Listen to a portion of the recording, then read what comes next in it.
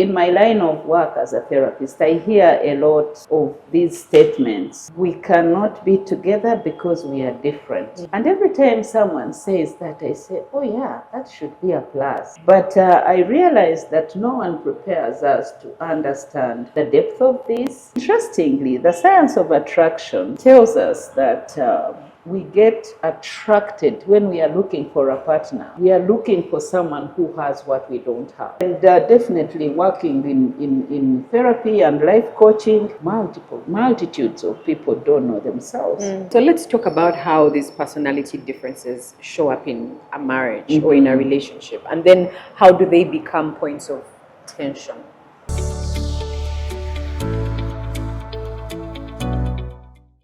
Welcome back to Reality Check. We are glad that you're back with us again. If you are new here, please do consider subscribing to this channel. We are a mental health and wellness channel, and we have conversations around mental health, of course, in the areas of family, parenting, marriage, relationships, and the workplace. So if that's something that you would enjoy or information that you are looking for, please do consider making this your channel of choice. My name is Rachel Mwine. I am your host, and I'm joined by Dr. Eva Satwine.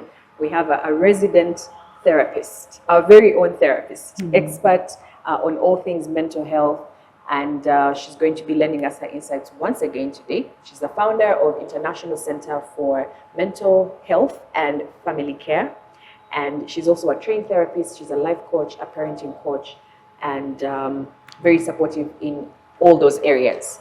So today we wanted to have a conversation on personality differences in marriage. But before I reframe that, we are in this beautiful space. This is Suma Coffee House and Wellness Center.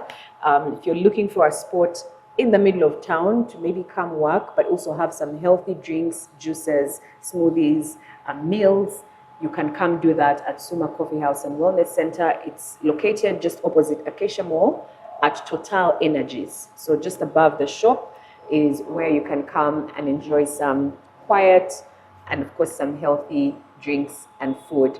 They've also got a wide range of supplements that will support you from your head to your toe. It doesn't matter if you're a mom, a husband, a father, children, they've got everything for a family. And if you are keen on your physical health, then this is the place to visit. And of course, they are also available for delivery. We'll definitely put contacts in our description box so you can take advantage of those when you are ready. So welcome aboard, Doctor. Thank you, Rachel. It's good to have you here. Sure. So we were having a conversation, and I want for you to give a context and a background to why this conversation is important on understanding personality differences in marriage, and how those sometimes, unfortunately, can be a deal breaker for many people. And so before we get into this conversation, maybe help us, the audience, and myself, understand why this conversation is important. Is it just about knowing that I am choleric and my husband is sanguine? Is it just that, or is there something deeper? Okay, thank you, Rachel, and happy to be here again. Why are we having this conversation? I think why we are having this conversation is in my line of work as a therapist, I hear a lot of these statements. We cannot be together because we are different. And every time someone says that, I say, oh yeah, that should be a plus. But I realize that no one prepares us to understand the depth of this, but also the science of attraction. So probably that's where I should start. Yes. Now, interestingly, the science of attraction tells us that we get attracted when we are looking for a partner. Just in our subconscious mind, we are looking for someone who has what we don't have. Yes, naturally. Yeah. So if I have beans, I want to prepare a meal, I don't pick someone who has beans. So I'm going to pick someone with either bananas or beef or something that is going to supplement. Now, we never think about this. So when we are dating, when we get attracted to someone, there is that energy in them that, because it is the energy. Yeah. We are all looking for energy in a relationship. So there is a certain energy this person brings to the relationship, whether the calm or high energy that we are looking for. Once again, unfortunately, after we have made the choice, settled with someone, it is the same energy that sucks. You see, it is the same energy that gets us exhausted and we feel, I can't deal with this person. So what happens? Then we try to rework them, right? We try to rework them to be like us so that we can be happy. So then we say, why don't you talk like me? Why don't you think like me? Why don't you make decisions like me so that I can be happy and peaceful? But then we forget that when we were looking for them, it's that same thing. So the thing we were looking for is the same thing that is getting us out of the relationship. Yes. So that's I thought because of that we needed to have a conversation to help people know. So that's number one. But number two, also I've noticed that we don't have what we call self-awareness. That's true. In relationships. Who are you? So before you know the partner you are married to, which we call social awareness. But you yourself as Rachel, who are you? Do you know yourself? And definitely working in therapy and life coaching, multitudes of people don't know themselves. They don't. I asked a question to a lady recently. I said, what is so special about you? What is great about, actually it was not special. I said, what is great about you? She struggled. Then she kept saying, maybe. I said, maybe? I said, no, let's remove maybe. Tell me what three things. I started with 5, then I moved to 3. She struggled. She couldn't name one thing that is great about her. And towards the end, she said, I'm neat. Wow. Look at that. Okay, I said that's okay, but let's talk about that's a do. Let's talk about the be. Because there's a difference There's there. a difference. This is neatness you do. Okay. But let's talk about you as you. What is in character? In that character, who are you? What are you? Nothing. Zero. She struggled. And then later on I said, what are your weaknesses? Then she has like a list. Wow. Now, do you imagine if you're married to that person? They are going to put you on pressure to say, tell me. So everything they do, they acknowledge this, affirm me. Now, it's okay to affirm. Yeah. But then someone also needs to have enough deposit that they can move with. That they can move with, yes. Yeah, so because of that, I thought we'd have a conversation. And then also, of course, to help people understand that the differences actually are meant to strengthen you and not to break you. Not to break you, yeah. But they have to be managed very well. And so that understanding, then how do you use those differences to your advantage? Yeah.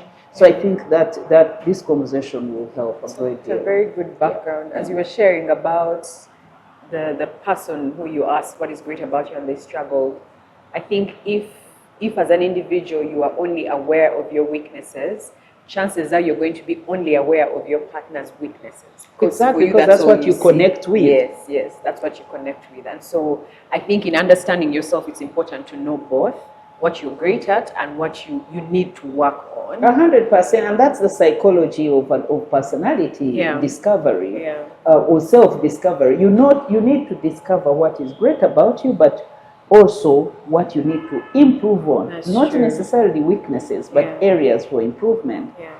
So that then you can celebrate this, but you can also work to improve it. That's true. That's the whole essence of self-discovery. Okay, so let's talk about how these personality differences show up in a marriage or in a relationship, and then how do they become points of tension as opposed to what we are looking for, connection, intimacy. What are these maybe you could break down what the personality differences are. Would that be a Yeah, good I place to will. start? I sure will do that. And then how they show up in marriage. In marriage. That's right. So to help people understand that when we talk about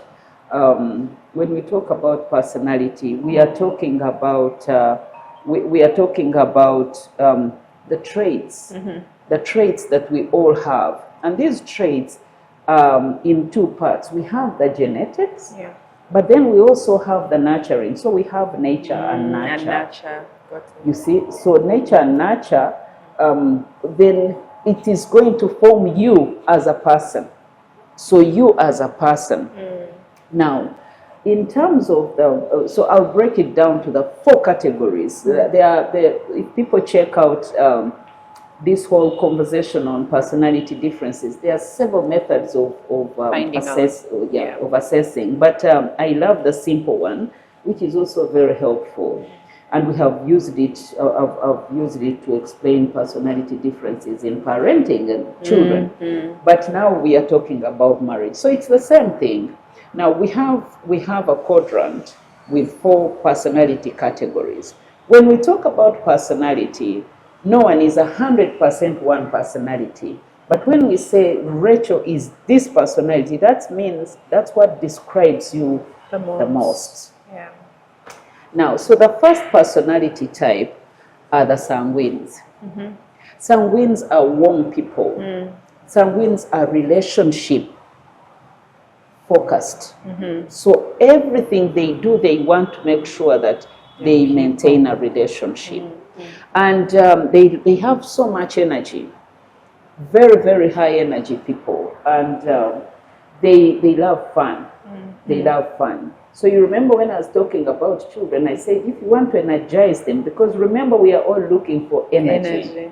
Now when you want to energize, I mentioned that when you want to energize children, give them fun-based activities, and then they're going to have energy to do things.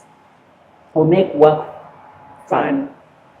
So it's the same thing in marriage. This person loves fun.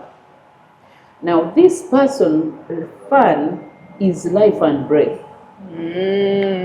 At least from their point of view. From their point of view. Yes. So these are people, they tend to energize outwardly. That's why they are called extroverts. So they are extroverted. So they love to relate so that they have energy. And they have joy and happiness. Now, what happens when you're married to this person? Then you have to be mindful of that. You have to be mindful of what energizes them. That's true. And so you don't say, oh, me, that doesn't make sense. This is what gives them energy. So you'll hear a lot of, let's go out, let's go out. We haven't gone out, we need to do that. Now, again, please, I think I've mentioned again on this show that we need to love people their way, not your way. Your way. So if you're married to a fun person, then you have to plan for fun. Yeah. Otherwise, they're going to lose energy. They're going to lose joy. They're going to think and say, what is this relationship about? Because taking away from me. Yeah. And because of that, they love to have people around them.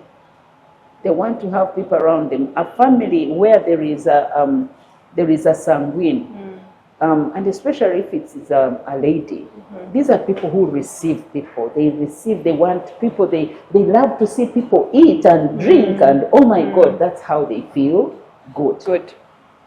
And so when you're married to them, I think I've met a couple where I will explain one of the personalities.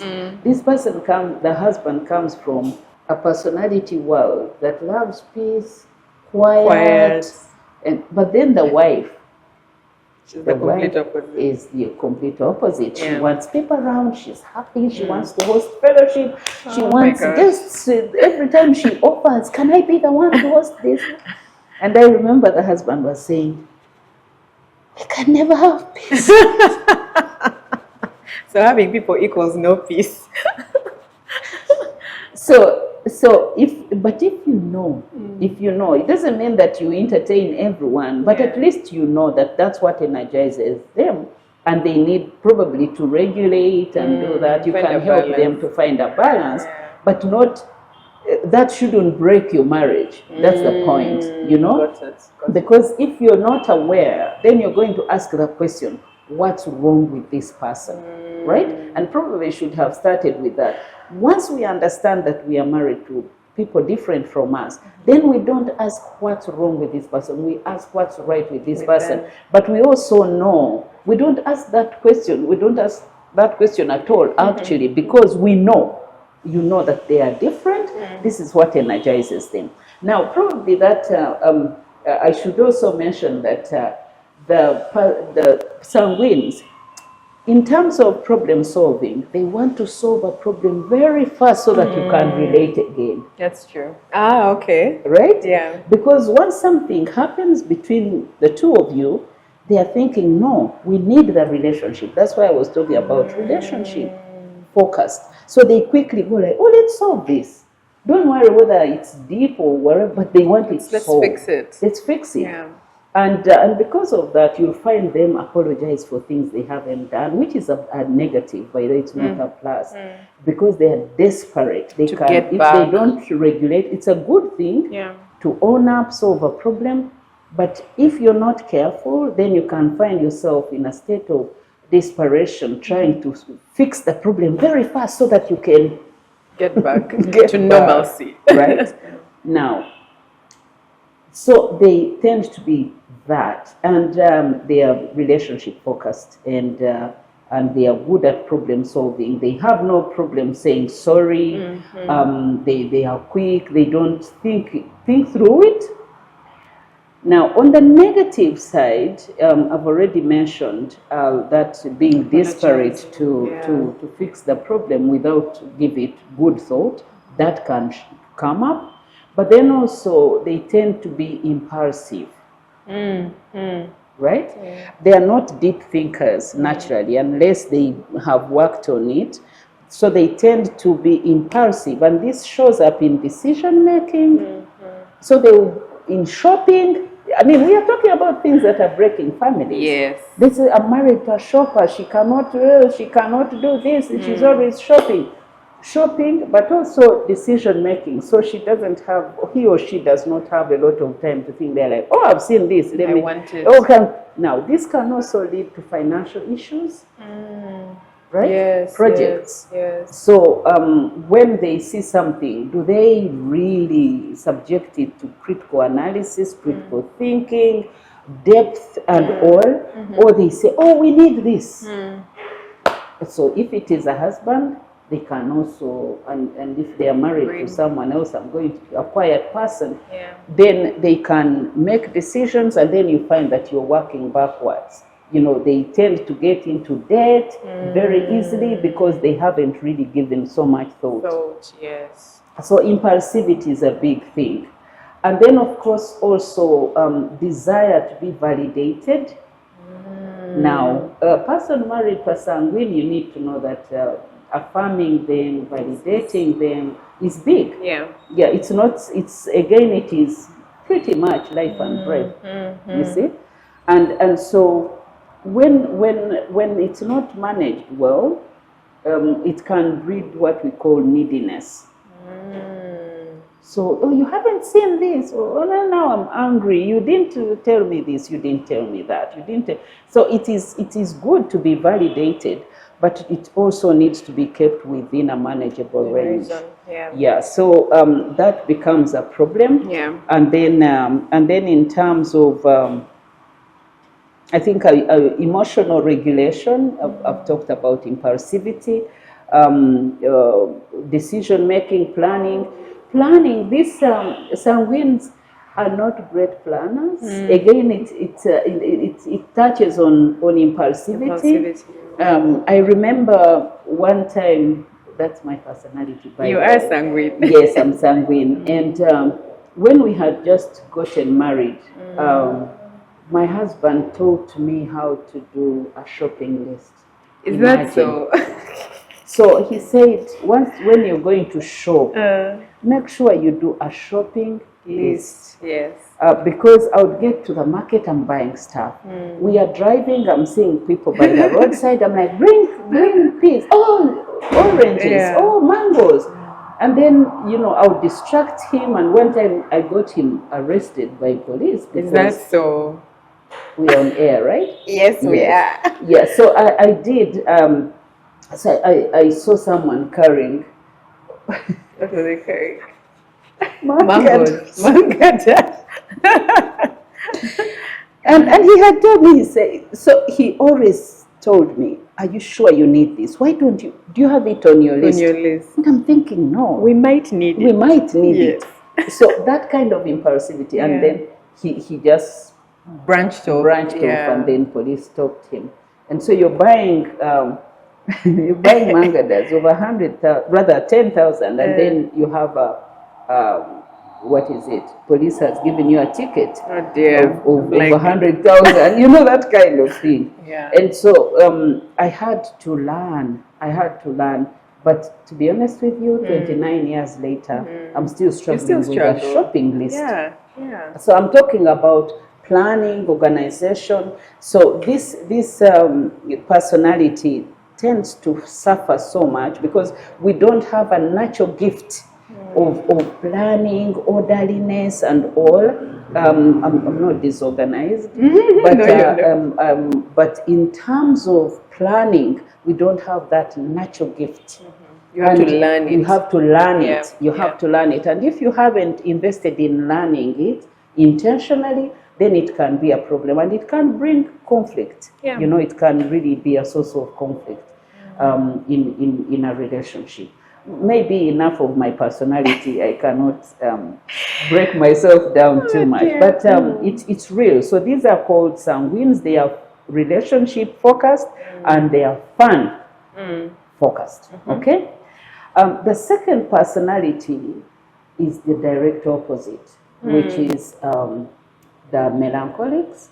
Melancholies, they come from a world of perfect, right?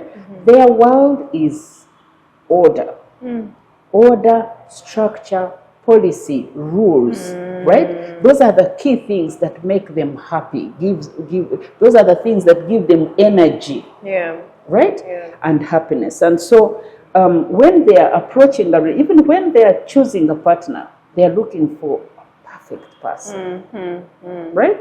Perfect. The other one is looking for fun. Fun, yeah. This one is looking for perfect. Now, melancholies are amazing people, good at detail. Please note that my world doesn't deal with detail unless you have trained yourself. These ones are naturally gifted at detail. Detail oriented. Everything they do, they want order, they want structure. They are very disciplined, highly disciplined. And everything they do, they want it to fit within that kind of structure. So that's why, for instance, my husband would ask me, can you have a list?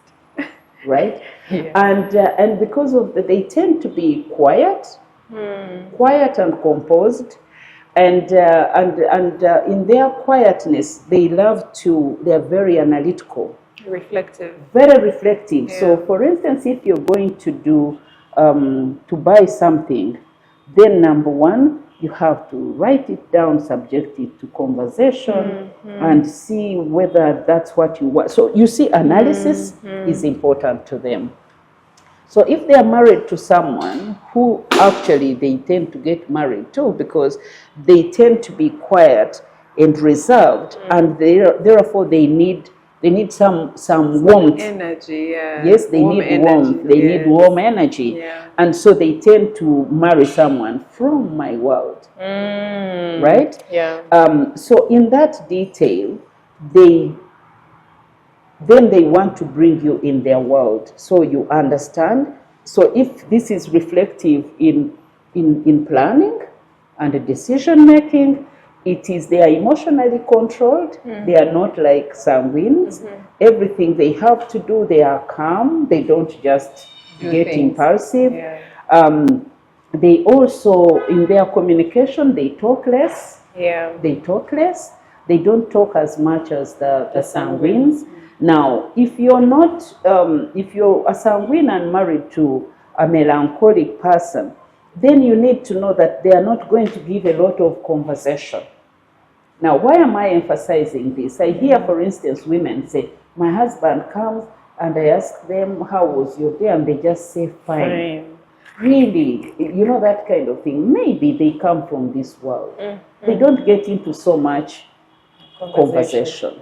And they, you know, they just give you that, and as far as they are concerned, they are done. That's enough. Yeah. Right? Now, does it mean they should keep like that when you have sorry. When you have an expectation on them? Why we are sharing this is that then you know what your partner needs, and you don't have to keep in your comfort zone and say, me, that's who I am. Yeah. Probably, if you know that they need a little more, you could come out of your comfort zone and say a little more and give them a little, you know, someone is seated next to you, they need a bit of conversation, and in your head you're like, me, I'm done, that's not me. You see that? Yeah. Now, in terms of, by the way, I should also talk about faithfulness. Melancholies tend to be more faithful in relationships compared to, for instance, sanguines, because for them they have this natural confidence. They are not looking for validation from outside, and so they tend to be okay. Right? I should also mention that in terms of decision making, melancholies tend to take more time, longer. So we call them thinkers. The first ones, my world, are feelers, right? Yeah. So these thinkers, they subject everything to thinking, and so if you're married to them, you're going to hear a lot of "let me think about it," right? And so feelers will say, "There's no time to think. You know, this is going to. We have to do this. We have to do that," and so definitely that can be a recipe for conflict. Yeah. And so people need to know when someone says, I need to think, then let them think. Let them think. Yeah. Because if you push them to make a decision when they haven't thought, then that can be a problem. Yeah. Right? Now, and I mean, I'm sharing this from a professional standpoint, but also from a personal standpoint, because we come from this, in my marriage, we come from these two worlds. My husband is a thinker, and he's also a man. Yes, yes. You know, and I'm a feeler, and I'm also a woman, because women, again, we tend to be more emotional and all that, but then he thinks. So me, I approach issues emotionally, he approaches them logically. And then he's a thinker. So how do you then live with each other without killing each other? How do you make sure that then you understand when he says, I need to think? How does he understand when I say, I feel we need to do this, you know, this? And I used to do that. I would run a few thoughts by him, and then he says, let me think about it. In my head, I'm like, it's going to take a lot of time. It's going to take forever. You see? Yeah. And that's where you hear people say, he's too slow for me, she's too slow for me. He's not slow, he's a thinker. Yeah. Right? He could take more. Now, whenever people conflict over this, then it becomes worse, because if I accuse you for who you are, then how are you going to respond?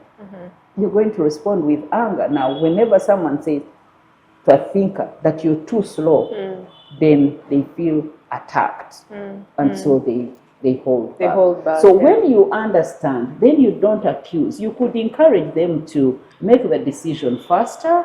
You could say, I'm still waiting on that, rather than saying, what are you still doing with this? You're taking forever. Yeah. You know, that's how we do it. So when we understand, then we know. Now, some of the areas for improvement, for melancholies is, number one, in decision making, being a little faster, because some of the decisions, especially with things that require a bit of emergency response, because they don't know how to respond to emergencies, because everything they have to say, what does policy do? Because everything is policy, structure, rules, and all. Now, because of that, they don't know how to respond to emergencies in every situation. Even in the workplace, they always check the policy when actually people, for instance, are stranded. So even in marriage, they need to be able to tell when something requires emergency, when they need to respond. Secondly, in terms of risk-taking, they also tend to take long. There are certain things that require risk. So that's one of the areas they need to improve on. I talked about communication, just to know that somebody is expecting a little more. And it won't hurt, it won't kill you, it won't drain you.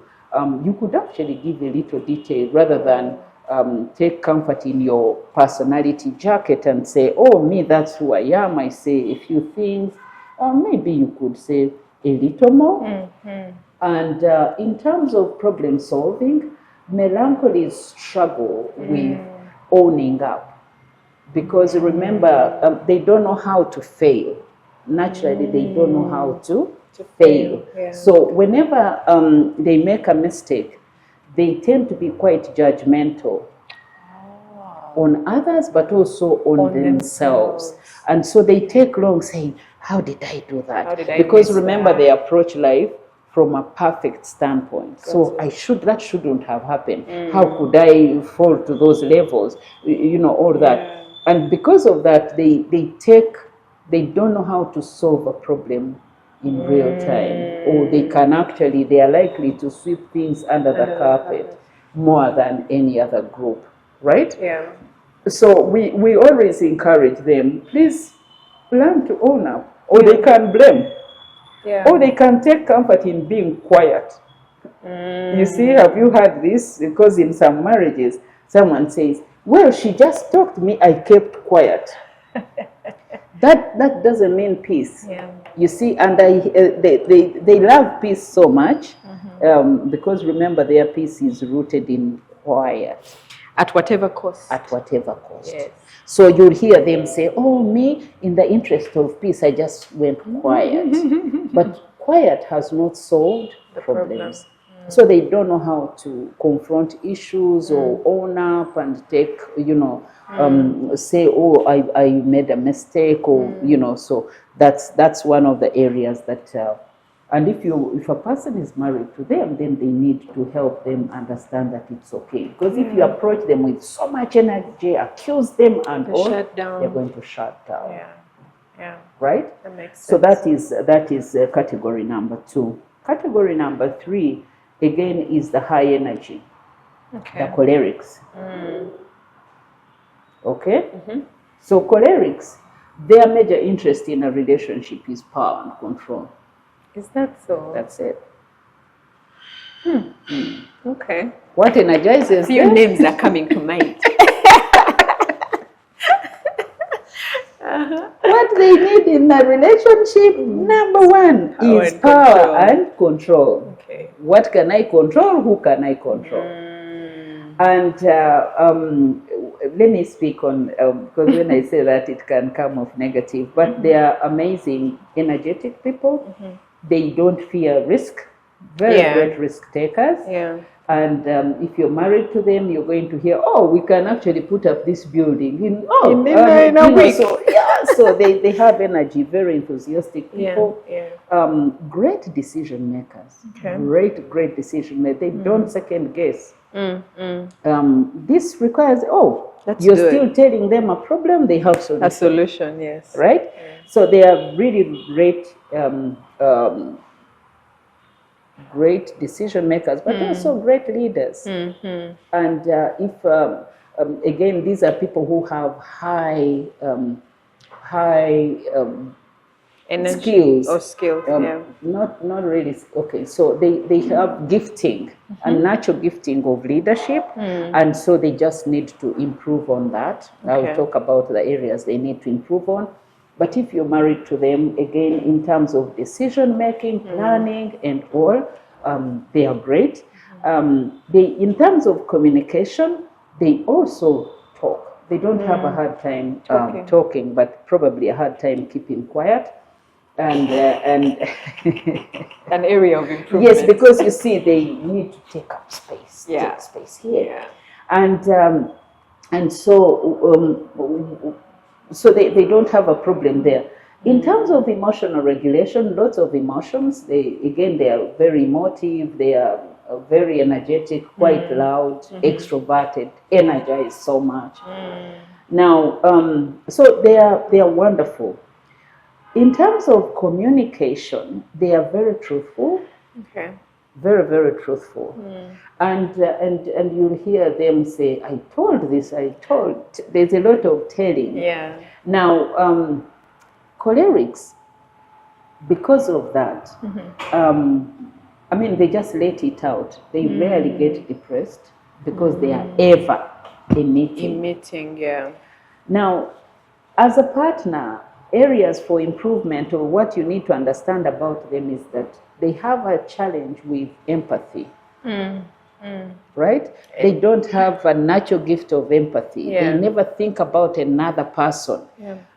They can actually be self-absorbed, and they're thinking me. You'll hear a lot of me. Me. Yeah. And so when even they themselves, they need to know that, okay, so in partnering with someone, it's not necessarily about you alone. Yeah. So you need to consider another person in decision making. These are people that can easily make decisions without including their partner. And because they want I didn't tell you that they are achievement focused. They want to achieve, conquer here, because they are power focused. Now, because of that, they can easily leave their partners behind in terms of planning, in terms of decision making, and their communication. I said they tend to be quite truthful, but they also run a risk of speaking truth without being considerate of who is receiving that truth. They are not empathetic. They are not empathetic communicators. They tend not to be.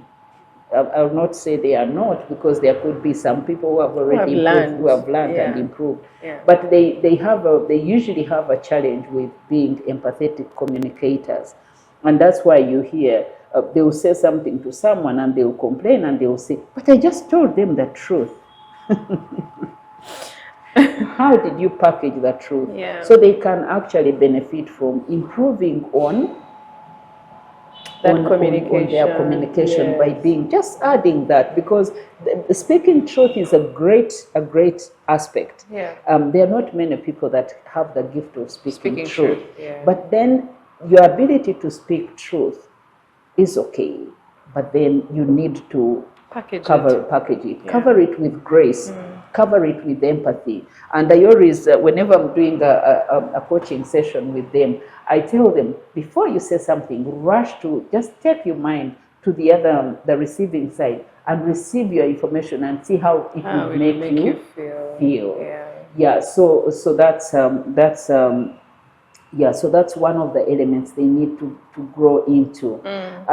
Dominancy, I talked about how they can be really overbearing if they are not, if they haven't tried to be a little disciplined and regulated. But otherwise, they're great people, right? So what does this mean if you're, for instance, melancholic and you're married to a choleric? What does this mean? Do you understand them? Do they weigh you down? Or do you know where they are coming from and how you can be a support to them? You see, because we have mentioned here that marriage is ministry. So what kind of ministry can you do in your partner's life to make them better? Because this is a platform for growth and growing together and self-improvement. So what does this mean? Do they overwhelm you and then you say, oh my God, I can't stand this highly energetic person? No. Or do you know that they are likely to come off this way, and so I could support them? Remember, high energy, probably it needs regulation. Now, lastly, the fourth category, of course, are the peacemakers, the flags. Okay, the flags. Everyone is looking for a flag partner. Is that so? These are the very peaceful people. Peace and amazing people. highly sought after because of their peace. The world is looking for peace, and in marriage, people want peace. And so this is a great person everywhere, in every space, marriage, workplace, anywhere. They are amazing people, very peaceful. They come into this world looking for peace. They get into every relationship looking for peace. Don't worry about these peace things we hear. But these ones, this personality, they love peace. They want peace. They really want peace. Now, what happens? They are very organized. Because anything that takes peace away from them, they guard against it. They are very organized. They are great friends. Great friends. They can be a great friend to their partner. And they always want their partner to be at peace. Right? They love to keep a schedule, and if anything disturbs their schedule, they very neat. So anything that brings peace, they will go after it. They also tend to be a very caring partner. Yeah, these are people, they are detailed also. They want their partner to take this, have a special meal for them. You see, that's the peace. Yeah. I can see everyone run to look for a peaceful person. But all of us have peace, we are amazing. Way, yeah. But this is a very wonderful personality, by the way. You can even tell from their eyes they're very peaceful people. Now, in terms of decision making, again, they also take their time. They fear risk. Because risk disturbs peace. Yes. So if you're married to this person, just know that they fear risk. So what do you do then if you are an energetic choleric who doesn't fear risk, but you're married to someone who fears risk? Remember, a choleric tends to marry actually a phleg, because then they give them calm. They just cool them off. But then the person cooling you off has a weakness. They don't know risk taking. That's true. They also take long to make decisions, right? So what do you do? What do you do with this person? And so how do you live with them so that both of you can grow together? So what we encourage as partners, if for instance you're choleric married to a phleg, then take time. Help them not, explain things. For instance, you want to make this mega decision, project and all, and instead of you saying, she's going or he's going to delay me. No, take time and explain to them. Hear them out. What are their fears? Because they always have fears. So what are their fears? Probably you can help them to, allay their fears and say, oh, don't worry about that. I've taken care of it here. I've also taken care of it. And to be honest with you, those fears are important. Yeah. Because people from the choleric world, they think, oh, they can conquer, they calculate things on a calculator and they go like, oh, they have no fear. I'm going to be rich in one day. Yeah. But this person can say, are you sure you have thought about this? Are you sure? So that's how we benefit from each other. So the quiet is a thinker. This is another thinker. So in their thinking, they get into detail that you may not be able to get into. So it's very important that you know that they have that as a weakness, but then you can actually use this weakness to your advantage. That's true. Instead of breaking them, rubbishing them, diminishing their character, belittling them, you can actually benefit from them. The other thing is that they also fear leadership. So they always want to keep in the background, right? So again, if you're their partner, bring them on board. Be deliberate about bringing them on board in terms of certain things. The other challenge, which melancholies need to know in a marriage, is that they tend to they don't know how to speak up. What we call self-advocacy. Self-advocacy, yes. Self-advocacy is a problem for them because they always say, peace. Again, they want to rock the boat.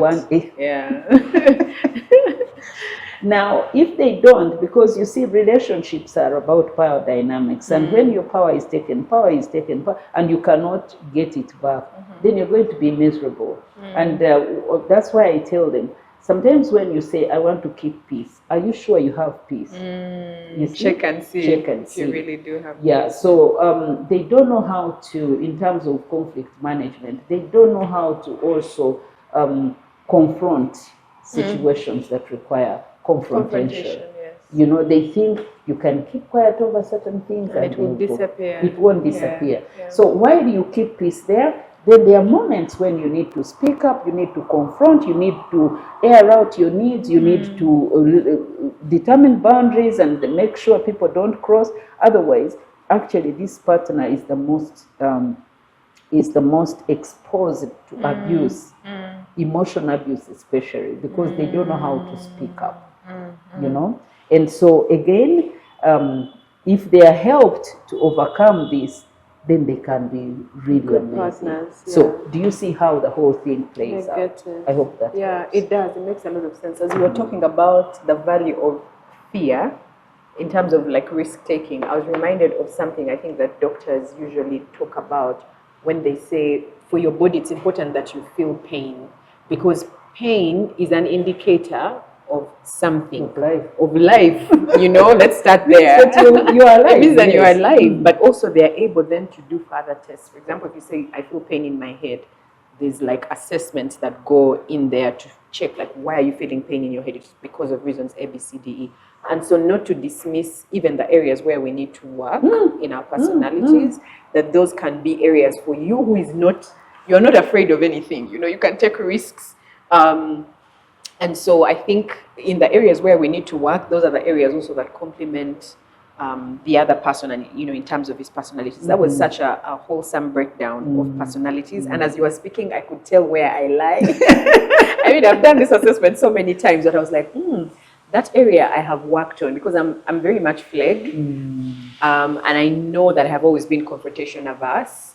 But that's something that I've had to learn in marriage, because I quickly realized you cannot keep quiet on your issues, otherwise you're going to die and be miserable. That's true. So you need to learn, you know, how to. So let's talk about how these personalities or differences can be used to foster connection and intimacy. How are they not a deal breaker? How can they actually be a thing that, as couples, we say, no, I like that about my husband, or I like that about my wife. I'm going to leverage that to better our connection and our intimacy. Okay, so first of all, self-awareness. So while we do all this, you heard me say, please beware, this is who you are. Yeah. Right? And so in the midst of everything, in the midst of managing this project marriage, this investment. Yes. As I mentioned, then people are saying, how can you call marriage an investment? But it is. This project that you're managing, who are you? Right? How are you likely to come off in certain situations? Yeah. In terms of decision making, what kind of person are you? Yeah, are you risk averse? Are you a fearless person? And what does this mean? Yeah. Is it possible that in being energetic, highly driven, you know, fearless and all courageous, you're likely to leave someone out? Behind, right? Are you aware of that? And so what does it mean? Because you see, the core thing here is teamwork. You see? Yeah. So we are talking about marriage as a team, right? It's a project where you're managing as a team. Yeah. So what does it mean in terms of different things? In terms of planning, in terms of investments, in terms of what kind of person are you? How about in terms of conflicts and conflict management, problem solving? Do you know yourself? Because we tend to, human nature tends to give, we tend to give ourselves a lot of grace. Yes. Yeah. Me, I'm okay. Yeah. The other person The other is person is the problem. And of course we see this a lot in therapy. People come and say, fix my partner and I will be happy. You see? But how about you? And so whenever we engage and are able to ask certain questions and say, and you, what did you do here? Then they say, oh, now I see that. But it's important for us to know ourselves. That's true. And when we know ourselves, number one, we know our areas of strength, but most important, we know the areas for improvement. What do I need to improve on to be a better partner? You see, who am I? What can I improve on? Maybe you're a bad listener, like cholerics.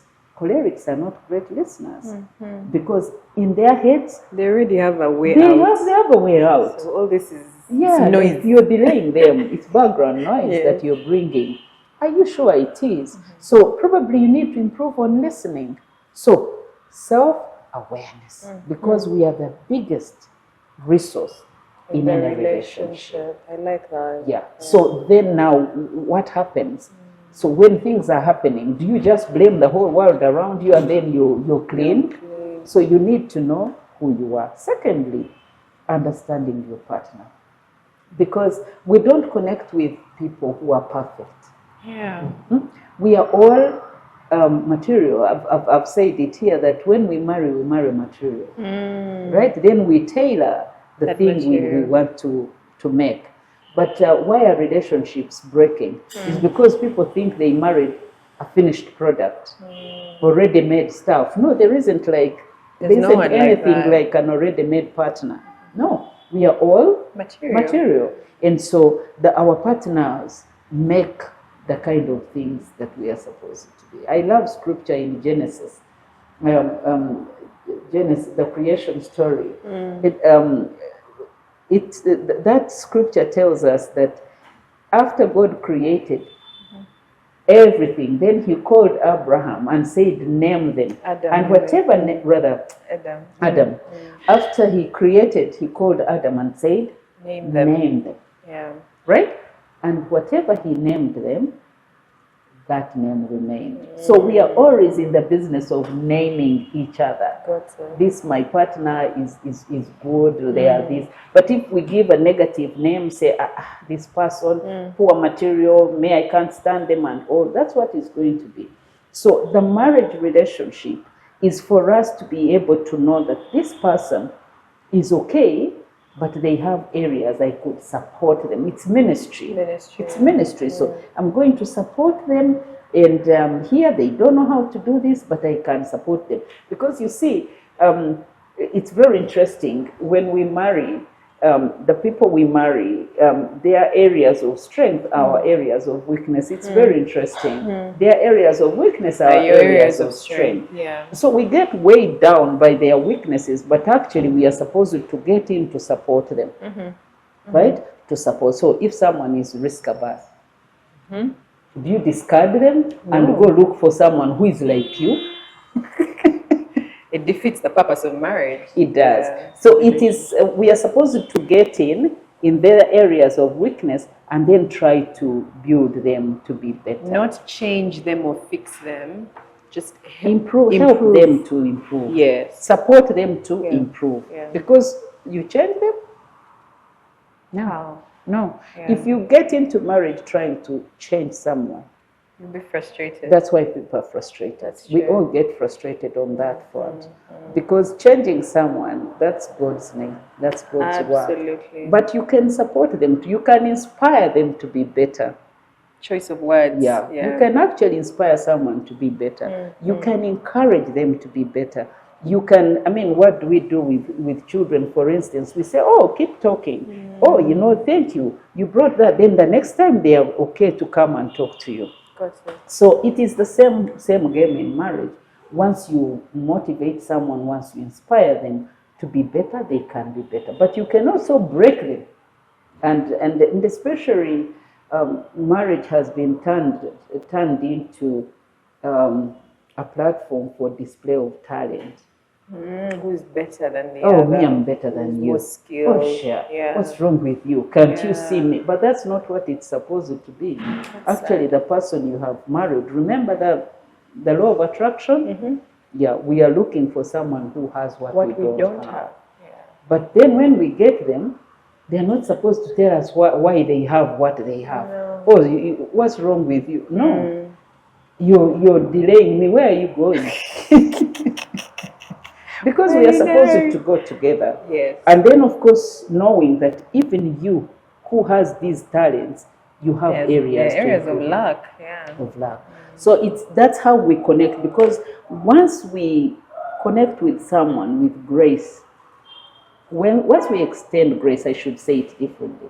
Once we extend grace to someone, acknowledging that they have areas to improve on, but we are not really, we are patient with them, we are available to support them, then that is going to bring connection. Yeah. Because connection is about how we make each other feel.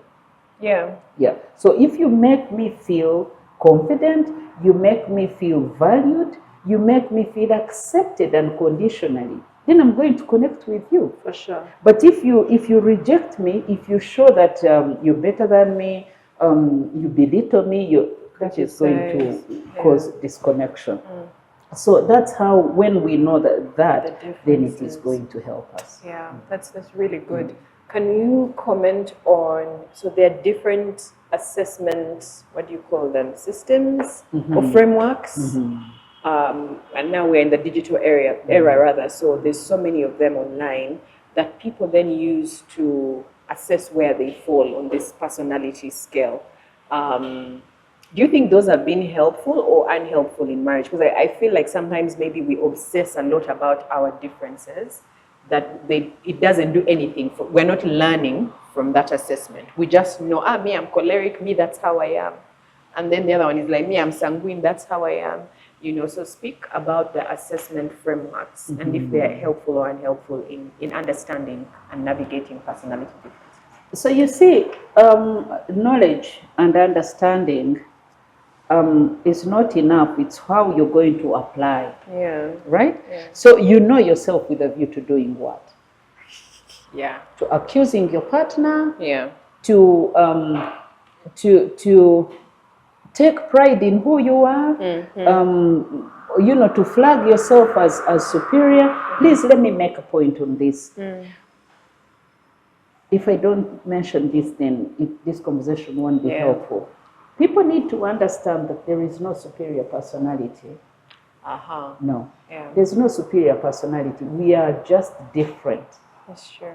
So if I'm choleric, it doesn't make me superior to the melancholic person. And by the way, you remind me, one time I was talking to a person who worked in an organization, and he had failed to work with teams. And listen to what he tells me. He says, me, somehow everywhere I go, he comes from the choleric world. Very highly energetic and controlling people. And very important, I told you that that control is good. It has that lead in the right context. Yeah. But it requires a lot of management. And a lot of regulation in order to fit within different settings. This person had failed to work, and actually he left the job. He wasn't willing to understand that these people that he's laboring, because I didn't believe also that the whole team he works with are melancholics. He said, I can't stand them. He said, they are quiet, they are what? Us, we want to take up space. So that's a wrong, a wrong approach to self-discovery. Yeah. So we discover ourselves so that we know, number one, who we are, the strength we need to celebrate, the weaknesses or the areas of strength we need to improve on. That's number one. But then we also get to know these personalities, or discover ourselves so that we can know how to relate with different people. And I've mentioned, let me again emphasize it, that once we know ourselves, we can relate with anyone. That's true. Yeah. Yeah. Once we know ourselves, we can relate with anyone, because we are not asking what's wrong with people. No. We know that we ask actually what's different about people. But like not that. What's wrong. Yeah. So the thing is, when you discover yourself, you're not discovering yourself to just know, to do a party. And say, oh, me, I'm this. Yeah. No, it is not for self-celebration. It's actually for improving your relationship. It's for improving how you relate with this person. Yeah. And by the way, Rachel, let me tell you, once we do this, once people discover themselves, we've talked about this in relation to parenting, in relation to marriage, but actually this information can help with every relationship that we get into. That's You see, true. once you know that some people you relate with are cholerics, others you might be phleg, but some are choleric, others are sanguines. There's something they bring to your life. That's true. You see, and so you cannot resent them and just focus on self. yourself. No, that's not maturity. Yeah. Maturity is such that you know yourself, but then you put yourself in the bigger picture, and see how to relate, how to improve yourself, how to improve your partner, how to communicate needs, how to solve conflict, because you're coming from a place of understanding. That's so true. And I like that you emphasize that when you understand yourself, it's very helpful in also understanding other people 100%. and then relating with them better. I really appreciate that in marriage you get to learn so many things about yourself. Hopefully you're learning. And that then informs how you relate at the workplace. It informs how you relate with your relatives. Because now I feel like understanding your personality opens your mind. You come out of the closed mentality and it's like, oh, Dr. Eva says, that's why she's like that. Not what is wrong with her. It's what's different about her. 100%. Someone else could ask the same question about me. What's wrong with her? No. I'm just different. I'm different. Yeah. I'm different. Yeah. Actually, you just remind me of my personality, sanguines, one of our weaknesses is timekeeping. Right? Timekeeping. Now, this was a very big issue when we had just gotten married. I can imagine. You see? Yeah. So if you know that naturally, I don't keep time. And you know why sanguines don't keep time? Talking. Emotional regulation. A sanguine will look at a phone. I'm not talking about anyone here. Or yourself for that matter. You see? And I still struggle with it. You see, like I've for instance, determined that I'll not look at my phone immediately after. Immediately you wake up? Immediately I wake up. So I tell myself, this phone, I'm good. This year, I made a decision as part of my goals to do digital detox. So I don't look at my phone when I get out of bed. Okay. But you know how much struggle I get? It must be hard. It is so hard. So I get up, I'm like, I need to put a song. But I keep reminding myself, no. I determined I'm not going to look at my phone immediately I get out of bed. So do you see the kind of discipline that I have to build? That doesn't come natural, and we don't live off natural settings. That's true. People need to know that we don't live off natural default. No, we have to push ourselves, and especially when we are learning discipline, so that's it. But then what happens when you marry a sanguine and they are struggling with timekeeping? Do you drive off? Some people do.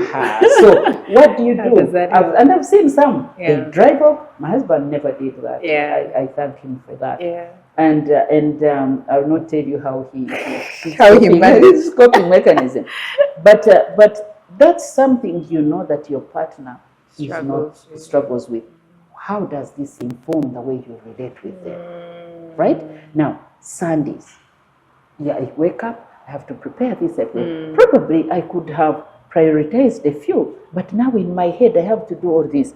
Then I'm thinking about time. It's not a big thing to me. I'm like, I'll get to church. Anyhow, do I have to go early to find God? You know, those kinds of mental processes that are not helpful. But now when my partner knows, then they wake up. While I'm cooking, they are preparing the children and all that. And so that sort of like takes away conflict, potential conflict areas. So that's how we are able to support each other, not with the view to telling people, me, I'm good at timekeeping. So what's wrong with you? That's not what it doesn't help. It doesn't help. I really enjoyed this conversation. It has been very wholesome. I want to give you the opportunity to share your parting shots as we wrap up. I think what would you want our audience to walk away with? First of all, to know that self-awareness is important. So we are sharing this so that you can know yourself. Why? Because most people, when they go through this, they say, now I've known my partner. And that's, do you know that you I have known my partner. But start by knowing yourself. Yourself, yes. Do you know yourself? Very, very important. Secondly, you know your partner. You know your partner, not with the view to running away from them, not with the view to accusing them of their weaknesses. Remember, each person gets into this with pluses and minuses. Yeah. So how do you, what are you focusing on? Are you focusing only on strength? Because some people want to get strength and then leave the minuses. Yeah. Yes. Then number 3, to know that whether they have weaknesses or not, which they have, I mean, we all have them.